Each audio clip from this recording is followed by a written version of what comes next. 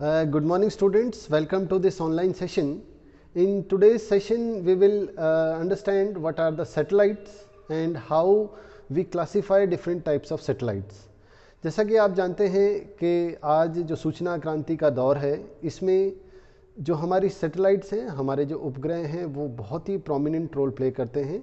आज हमारे पास विभिन्न लेवल की विभिन्न जो हमारे स्पेक्ट्रल बैंड हैं, जो हमारा इलेक्ट्रोमैग्नेटिक स्पेक्ट्रम है, उसके विभिन्न रेंज की हमारे पास इंफॉर्मेशन उपलब्ध है. तो इस क्लास में हम देखेंगे कि सैटेलाइट्स क्या होते हैं, नेचुरल सैटेलाइट और आर्टिफिशियल सैटेलाइट्स किस तरह डिफ़र करते हैं. साथ ही साथ हम ये देखेंगे कि किस प्रकार के सैटेलाइट्स को हम जियो स्टेशनरी सैटेलाइट कहते हैं, किस तरह के सन सिंक्रोनस सैटेलाइट्स कहते हैं. साथ ही साथ हम कोशिश करेंगे कि हम ये भी देख पाएँ कि जो हमारे सैटेलाइट्स हम छोड़ते हैं, इनकी इंफॉर्मेशन जब हमारे पास आती है तो उसकी हम एप्लीकेशन क्या देखते हैं, क्या क्या यूटिलिटी हैं हमारे सैटेलाइट के डेटा की.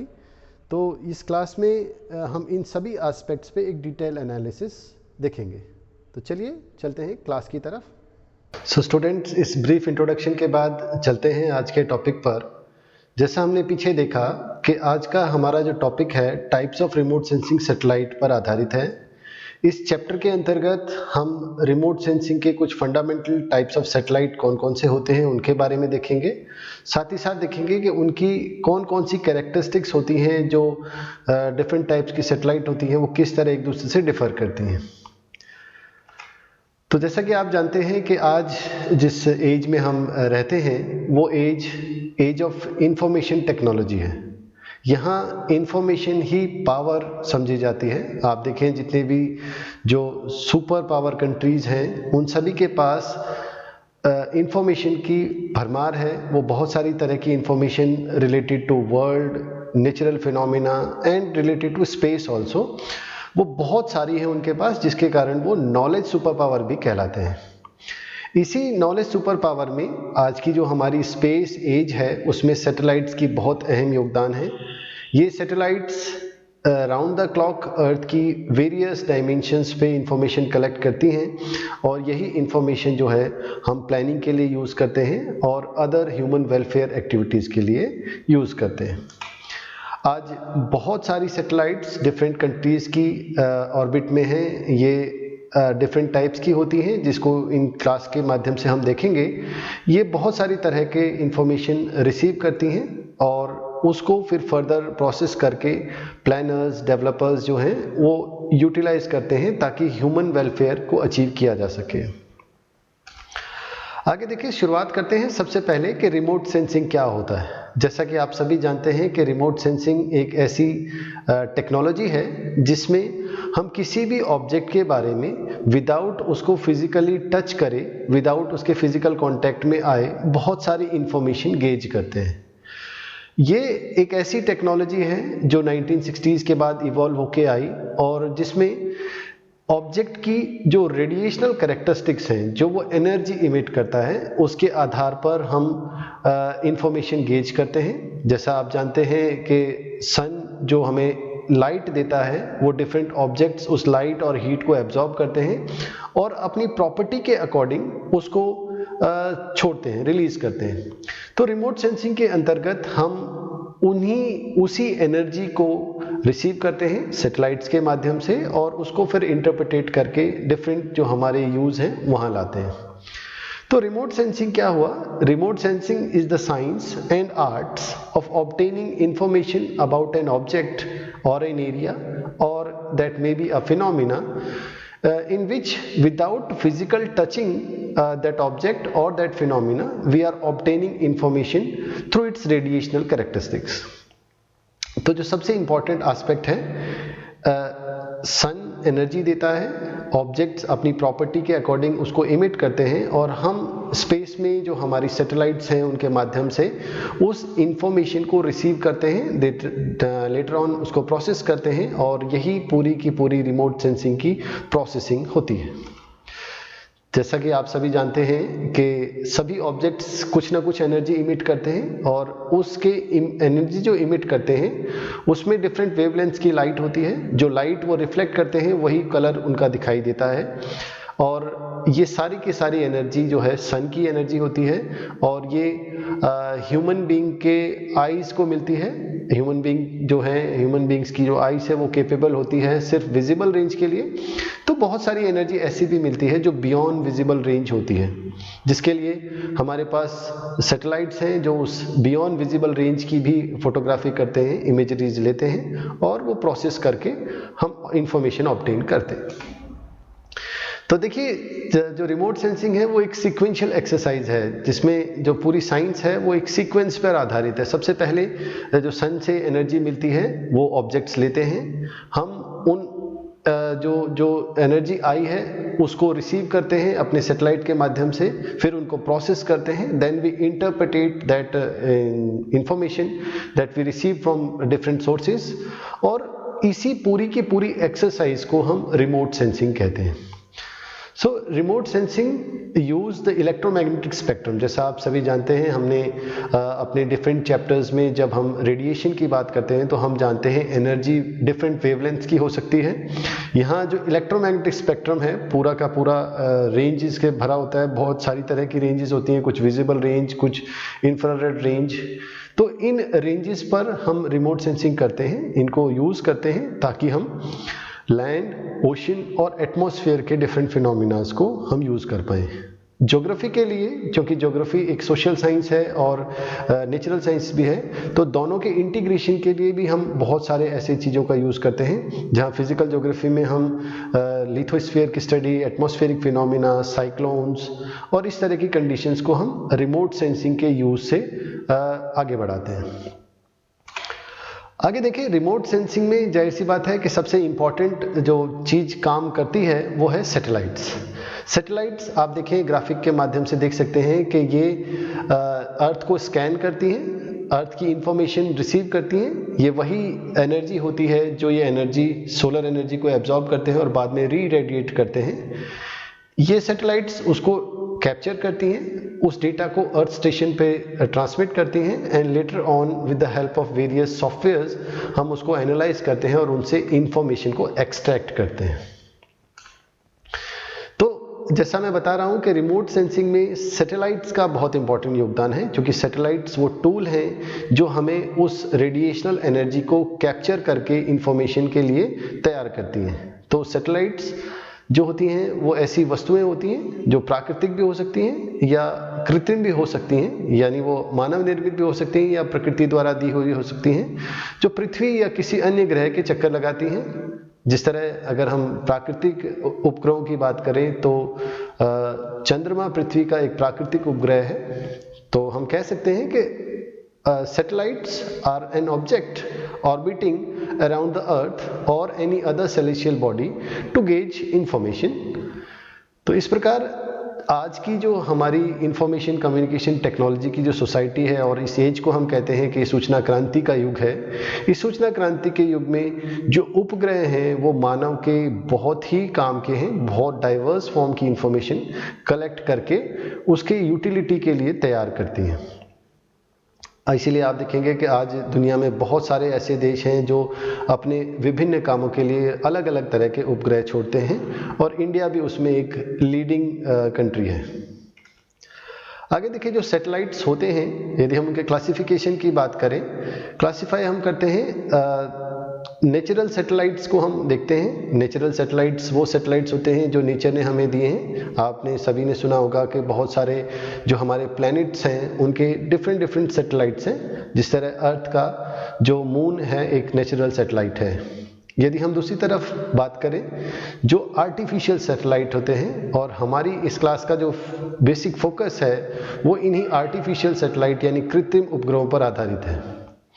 जैसा आप जानते हैं कि सैटेलाइट्स बहुत सारी तरह के होते हैं। यहाँ हम इस क्लासिफिकेशन के अंतर्गत दो बेसिक टाइप के जो हमारे सैटेलाइट्स होते हैं उनको पढ़ेंगे। पहला है on the basis of its orbit, जो ऑर्बिट पे वो घूम रहे हैं उसके आधार पे यानी हम उपग्रहों को बांटें तो ये geostationary satellite and sun synchronous satellites होते हैं। वहीं जब हम उनकी ऊंचाई के आधार पे देखें कि वो कितने ऊंचे प्रक्षेपित किए जाते हैं, कितने ऊपर स्थापित किए जाते हैं, तो ये फर्दर तीन तरह से हम क्लासिफाई करते हैं। लियो यानी लो अर्थ ऑर्बिट सैटेलाइट्स, ये वो होते हैं जो 320 टू 1100 किलोमीटर तक की ऊंचाई पे छोड़े जाते हैं। दूसरी कैटेगरी के सैटेलाइट्स वो होते हैं जिनको हम मियो कहते हैं, यानी मीडियम अर्थ ऑर्बिट पे छोड़े जाते हैं। ये 8000 टू 12000 किलोमीटर की ऊंचाई पे छोड़े जाते हैं, और इससे आगे जो भी रेंज है वो सारी की सारी HEO यानी हाई अर्थ ऑर्बिट के सैटेलाइट्स को दी जाती है, जो इस मीडियम जो हमारे अर्थ ऑर्बिट सैटेलाइट हैं उनसे आगे छोड़े जाते हैं। तो शुरुआत करते हैं। जैसा कि प्राकृतिक उपग्रह और जो हमारे कृत्रिम उपग्रहों में अंतर की यदि हम बात करें, तो जैसा मैंने आपको पहले भी बताया है कि प्राकृतिक उपग्रह वो होते हैं, वे खगोलीय पिंड होते हैं जो प्रकृति द्वारा दिए गए होते हैं, और वो किसी किसी ग्रह या किसी खगोलीय पिंड के चक्कर लगा रहे होते हैं। यहाँ जो खास बात होती है कि प्राकृतिक उपग्रहों का अपना कोई प्रकाश नहीं होता है। तो जाहिर सी बात है, धरती के चक्कर लगाने वाले चंद्रमा का भी अपना कोई प्रकाश नहीं है, और चंद्रमा धरती का एक प्राकृतिक उपग्रह है। जब हम आगे चलते हैं तो हम कृत्रिम जो हमारे उपग्रह हैं उनको देखते हैं। कृत्रिम उपग्रह मानव द्वारा बनाई गई वास्तविक मशीनें होती हैं, जिनको आदमी विभिन्न कार्यों के लिए अंतरिक्ष में प्रक्षेपित करता है, और इनसे हम विभिन्न प्रकार के काम लेते हैं। ये काम बहुत सारी तरह के होते हैं, मल्टी डायमेंशनल होते हैं। यहाँ जो अगर हम मोटे तौर पे इसको क्लासीफाई करें तो हम कहते हैं कि जो सैटेलाइट्स हैं उनको हम रिमोट सेंसिंग के लिए या कम्युनिकेशन के लिए यूज़ करते हैं। आप जानते हैं कम्युनिकेशन के फर्दर अपने तरफ पे बहुत सारे मोड्स होते हैं। रिमोट सेंसिंग इन इटसेल्फ बहुत सारी प्रकार की होती है। तो हम ऐसा कह सकते हैं कि मल्टीपल यूटिलिटी होती है सैटेलाइट्स के डेटा की। तो सबसे पहले क्लासिफिकेशन में देखते हैं satellites on the basis of orbit. तो सबसे पहले प्रकार के सैटेलाइट्स होते हैं जियो स्टेशनरी सैटेलाइट्स। ये सैटेलाइट्स जो हैं 36,000 किलोमीटर की ऊंचाई पर छोड़े जाते हैं, और ये सैटेलाइट्स ऐसे होते हैं जो इनकी रोटेशनल वेलोसिटी जो होती है वो अर्थ की रोटेशनल वेलोसिटी के इक्विवेलेंट होती है। इसीलिए ये लगभग स्थिर से नज़र आते हैं, एक पोजीशन पे ये खड़े रहते हैं और जो डेटा है उसको रिसीव करते हैं, एंड देन जो अर्थ स्टेशन होता है उस पर वापस रिफ्लेक्ट करते हैं। जो एक जियो स्टेशनरी सैटेलाइट होता है वो एक बार में लगभग 40% अर्थ का एरिया कवर करता है, और यदि हमें पूरी अर्थ को कवर करना हो तो हमें 3 सैटेलाइट्स की ऐसी आवश्यकता पड़ती है जो पूरे के पूरे अर्थ को कवर कर लेते हैं। जो जियो स्टेशनरी सैटेलाइट्स होते हैं उनका जो प्राइमरी काम होता है वो वेदर फोरकास्टिंग होता है, यानी मौसम का पूर्वानुमान करना, जिसमें बारिश, चक्रवात, इस तरह की वो प्रेडिक्शंस करते हैं कि उनका पाथ क्या होगा, वो कब स्ट्राइक करेंगे। इसके अलावा ये कम्युनिकेशन के भी काम आते हैं, जिसमें telecommunication, video broadcasting, radio broadcasting इनके प्राइम काम होते हैं। आगे देखें, जैसा मैंने पीछे बताया कि 3 सैटेलाइट लगेंगे पूरे के पूरे अर्थ को कवर करने के लिए। तो इस तरह से आप देख सकते हैं कि 3 अर्थ, पूरा का पूरा अर्थ कवर कर लेते हैं 3 सैटेलाइट्स, और ये सैटेलाइट्स जो हैं जियो स्टेशनरी टाइप के होते हैं। तो आप देख सकते हैं कि जियो स्टेशनरी जो सैटेलाइट्स होते हैं उनका ऑर्बिट इस प्रकार का होता है। वो वेस्ट टू ईस्ट घूमते हैं और अर्थ के स्पीड के बराबर ही घूमते हैं, जिसके कारण वो एक पोजीशन पे फिक्स्ड नज़र आते हैं। ये सारे के सारे टेलीकम्युनिकेशन सैटेलाइट्स होते हैं, और वेदर फोरकास्टिंग में भी इनका काफ़ी यूज़ होता है। ये आप देख सकते हैं डायग्राम में, एक जियो स्टेशनरी सैटेलाइट है जो अर्थ को वेस्ट टू ईस्ट रिवॉल्व करते हुए इंफॉर्मेशन ले रहा है, और ये इसी तरह घूमता रहता है और अर्थ से डिफरेंट टाइप्स का डेटा राउंड द क्लॉक इकट्ठा करता रहता है। ये एक और जियो स्टेशनरी ऑर्बिट का सैटेलाइट है आपके सामने। आप देख सकते हैं इसकी पोजीशन बिल्कुल फिक्स है। इस फिक्स पोजीशन पे अर्थ के जिस तरह से अर्थ की वेलोसिटी जो है घूमने की, उसको मैच करते हुए अपनी पोजीशन को बनाए रखता है, जिसके कारण ये जो डेटा लेता है ये एक फिक्स्ड पॉइंट का डेटा होता है और काफ़ी यूटिलिटी का होता है प्लानिंग पर्पस। ये वर्ल्ड ओवर कुछ सैटेलाइट्स हैं जिनकी ऊंचाई जो है 36,000 किलोमीटर से ऊंचे हैं। ये सारे के सारे सैटेलाइट्स डिफरेंट कंट्रीज़ के हैं। आप देख सकते हैं यूएसए के नोवा सैटेलाइट्स हैं, इसी तरह के यूएसए का GOES है, या हम और बात करें तो और डिफरेंट कंट्रीज़ हैं जो बहुत सारे सैटेलाइट्स छोड़ती हैं। यूएसए का GOES भी है। तो ये डिफरेंट सैटेलाइट्स जो हैं 36,000 किलोमीटर की ऊंचाई के जियो स्टेशनरी ऑर्बिट के सैटेलाइट्स हैं। वहीं दूसरी तरफ के यदि हम सैटेलाइट्स की बात करें, जो दूसरा टाइप होता है वो होता है sun synchronous satellite. Geostationary satellite के कंपैरिजन में जो सन सिंक्रोनस सैटेलाइट्स होते हैं ये अलग होते हैं। इनकी जो पाथ होता है वो पोल टू पोल मूव करते हैं, यानी ये उत्तर से दक्षिण दिशा की तरफ मूव करते हैं, और इनकी हाइट 600 से 900 किलोमीटर तक की होती है। इनकी सबसे पिक्यूलर खास बात ये होती है कि सन सिंक्रोनस सैटेलाइट हर लेटीट्यूड को एक स्टैंडर्ड टाइम पे काटते हैं, और ये स्टैंडर्ड टाइम हमेशा वो मेंटेन करके रखते हैं, यानी एक लेटीट्यूड को हर रोज वो एक ही फिक्स टाइम पे काटते हैं। जो हमारे सन सिंक्रोनस सैटेलाइट्स होते हैं इनकी भी बहुत सारी यूटिलिटी है। सबसे पहले ये जो हैं लैंड यूज मैपिंग के काम आते हैं। इसके अलावा जो क्रॉप कॉम्बिनेशंस हैं, क्रॉप की प्रोडक्शन एस्टिमेट्स हैं उसके काम आते हैं, रिसोर्स की इंफॉर्मेशन लेने के काम आते हैं, वेजिटेशन जो हमारे वेटलैंड्स होते हैं उनकी मैपिंग के काम आते हैं, और इसके अलावा जो हम सिक्योरिटी पर्पस के लिए कई बार सैटेलाइट्स का प्रयोग करते हैं अंतर्राष्ट्रीय सीमा पर, उनके लिए भी काम आते हैं। इस प्रकार जो सन सिंक्रोनस सैटेलाइट्स होते हैं उनका जो मूल काम है वो रिमोट सेंसिंग से जुड़ा होता है। ये रिमोट सेंसिंग के डिफरेंट एस्पेक्ट्स पे डेटा इकट्ठा करते हैं और बहुत ही यूटिलिटी के होते हैं। तो आप देख सकते हैं कि जब satellite north to south move करते हैं तो ये सैटेलाइट के पाथ्स आपके सामने प्लॉट करके दिखाए हुए हैं। ये जो पाथ होता है इसको स्वाथ कहते हैं। ये एक एरिया कवर करता है। नॉर्थ टू साउथ मूव करते समय वो स्कैनिंग करते करते डिफरेंट जोन्स में चलता है, और इस तरह हमारे पास डिफरेंट जोन्स में डेटा अवेलेबल होता है। ये जो डेटा है इसको बाद में हम कंप्यूटर की मदद से इन स्ट्रिप्स को रेक्टिफाई करके इससे इंफॉर्मेशन एक्सट्रैक्ट करते हैं। ये फिर आपके सामने स्वाथ दिखाया गया है एक सैटेलाइट का, कि किस तरह सैटेलाइट एक पर्टिकुलर जोन को स्कैन करते हुए चलती है पोल टू पोल। बीच में कुछ एरिया रह जाता है, उसको हम कंप्यूटर की मदद से उसको रेक्टिफाई करते हैं एंड देन लेटर ऑन इसको प्रोसेस करते हैं। तो इस तरह हर एरिया को ये स्कैन करती चलेगी और एक पर्टिकुलर जगह को एक पर्टिकुलर टाइम पे ही क्रॉस करती है, जो टाइम फिक्स होता है। यहाँ फिर आपके सामने एक पोलर ऑर्बिटिंग सैटेलाइट है जो पोल टू पोल मूव करता है। आप देखें इसका स्वाथ आपके सामने थोड़ी स्पीड इंक्रीज करके दिखाया गया है कि किस तरह वो पूरी अर्थ को गेज करता हुआ, बीच में जाहिर सी बात है थोड़ा सा एरिया वो ओमिट कर देता है, उसको भी हम रेक्टिफाई कर पाते हैं और सारी इंफॉर्मेशन जो है रिसीव हो जाती है।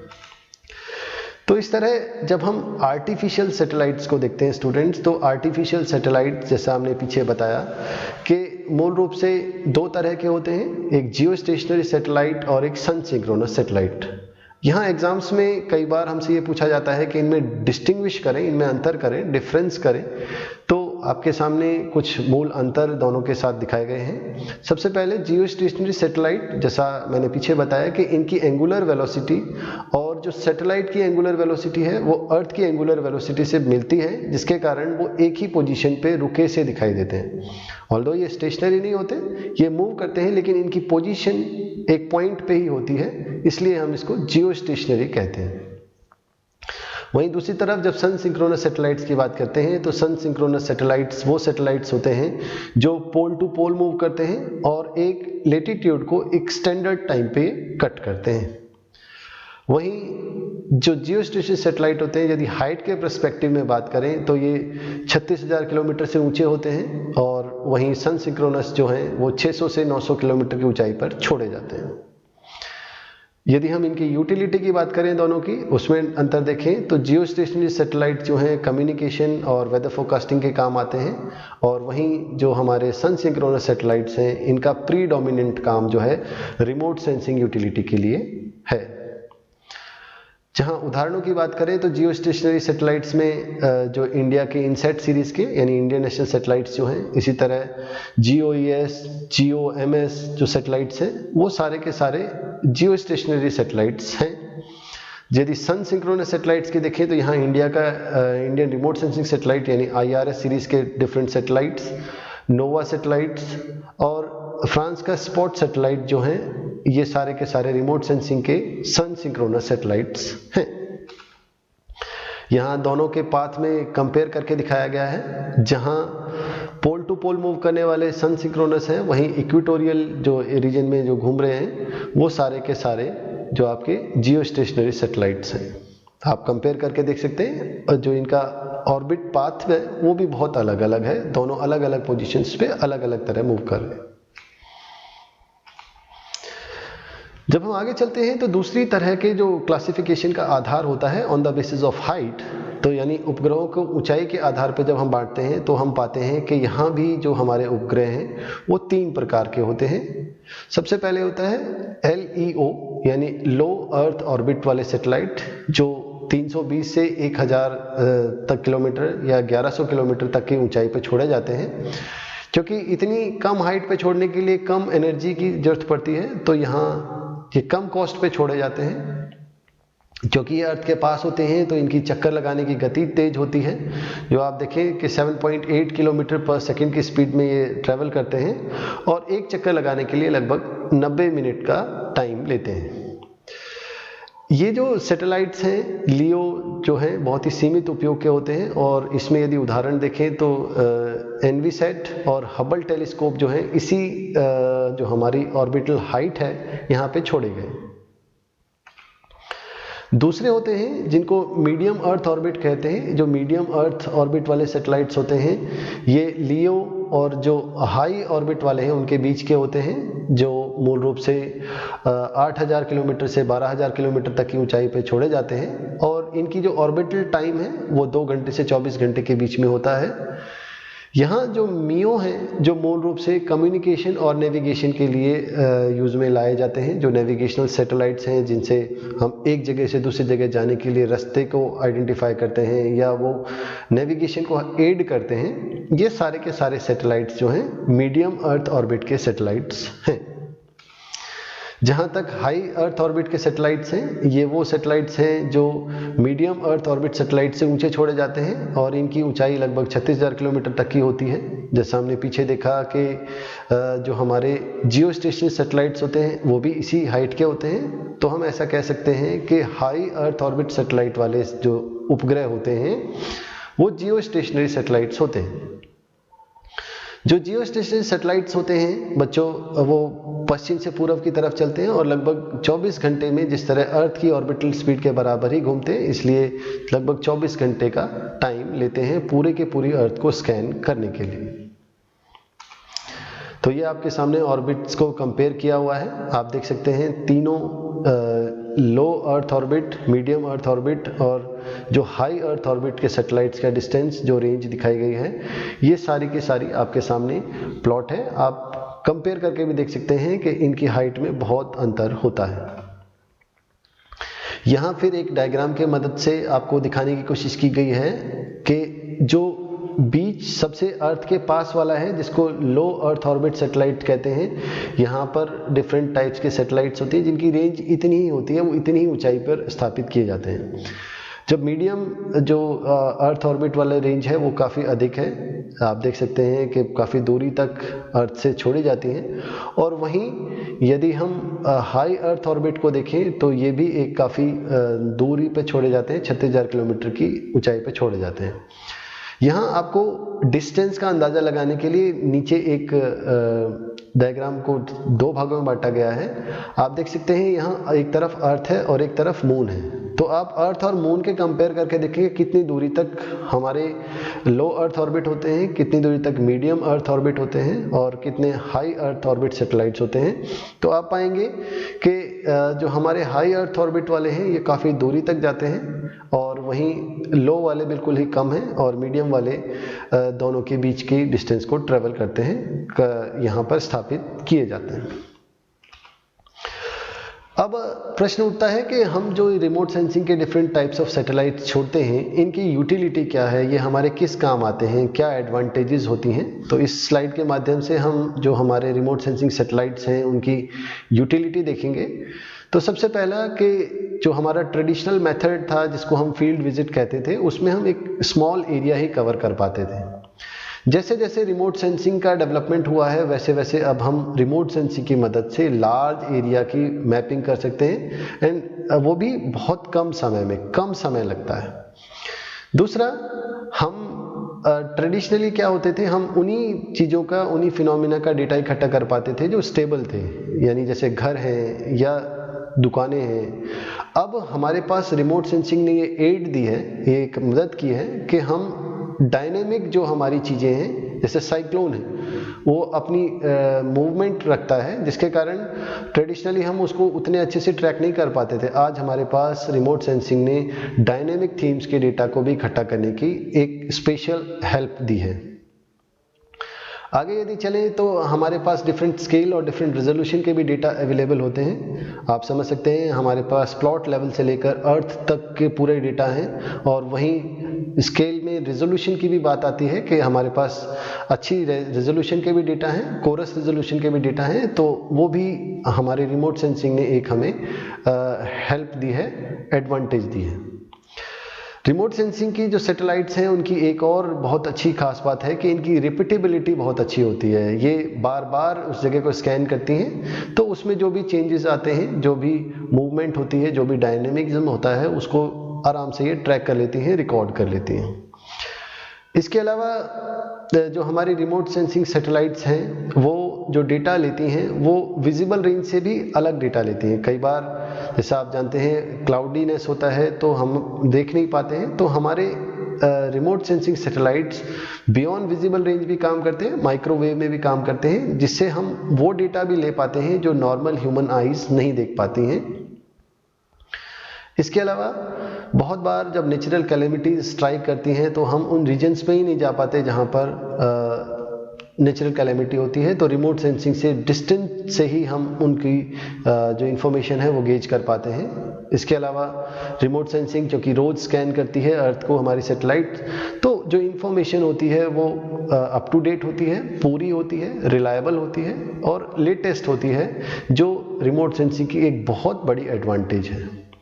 इसके अलावा जैसा मैंने पीछे बताया कि रिमोट सेंसिंग से हम ह्यूमन आइज़ की जो कैपेसिटी है, जो लिमिटेशंस हैं, उससे भी बियॉन्ड जाके हम रिमोट सेंसिंग कर पाते हैं। तो इस तरह से रिमोट सेंसिंग इन इटसेल्फ एक साइंस की तरह इमर्ज हुआ है, जो अपने डिफरेंट एस्पेक्ट्स में डिफरेंट टूल्स के माध्यम से ह्यूमन सर्विस करता है। ह्यूमन को जो प्रॉब्लम्स आती हैं, जो डेवलपमेंटल इश्यूज़ हैं, उनको रेक्टिफाई करने के लिए काम करता है। आगे देखिए, अभी तक हमने इस पूरी प्रेजेंटेशन में रिमोट सेंसिंग के क्या होता है, उसके डिफरेंट सैटेलाइट्स कौन से होते हैं, वो किस तरह से ऑर्बिट में घूमते हैं, उनकी हाइट क्या होती है, और साथ ही साथ हमने देखा कि रिमोट सेंसिंग के क्या एडवांटेजेस हैं। अब आपके सामने स्लाइड्स पर कुछ शॉर्ट आंसर, कुछ लॉन्ग आंसर्स क्वेश्चंस दिए हुए हैं। ये सारे क्वेश्चंस एग्जाम पर्सपेक्टिव से बहुत इंपॉर्टेंट हैं, और ये सारे के सारे जो हमने पीछे प्रेजेंटेशन देखी उसमें डिस्कस किए गए हैं। तो आई होप कि आप इन क्वेश्चंस का आंसर कर पाएंगे। सिस्टमेटिक आंसर लिखने हैं और डायग्राम्स की मदद से उनको एक्सप्लेन करना है। तो आज की क्लास में इतना ही। आपके कोई प्रश्न हो, कोई सुझाव हो, तो आप मेरे से ईमेल आईडी के माध्यम से जुड़ सकते हैं। Thank you.